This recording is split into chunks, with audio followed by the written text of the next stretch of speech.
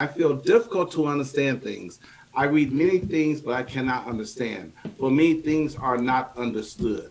I read, I hear, and watch something, but I can't understand unless anyone tell me here to understand. Okay, I'll jump on it real quick, and then I give it to Evan. Evan's gonna have a better answer. But Sean, I would say there's three learning modalities. Okay, and your learning modality may not be that you learn through hearing or learn through visual. You might learn through kinesthetic, meaning you gotta do it hands on.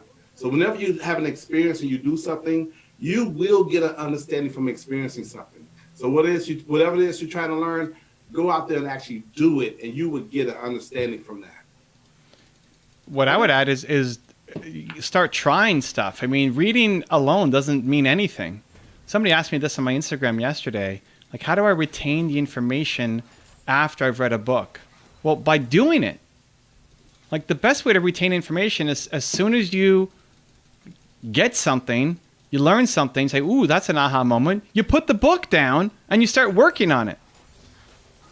Right? Like, a book is a great source of knowledge, but there's so many back to intelligence, so many smart people who have crazy knowledge who do nothing with it and just sitting there with their big brains and heads full of knowledge. You got to do.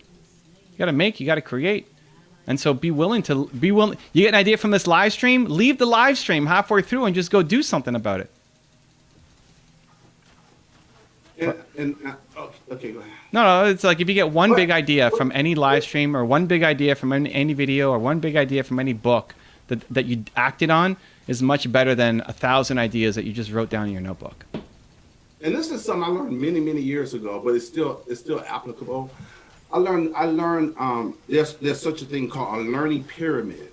I'm sure Evan knows about this, and it shows that when you're teaching as a teacher or a coach, when you're teaching, or even as a student, that the retention level as a lecture is only like 5%, and reading you're only going to be able to retain 10% of what you learn, and audio visual is about 20%, and demonstration is like 30%.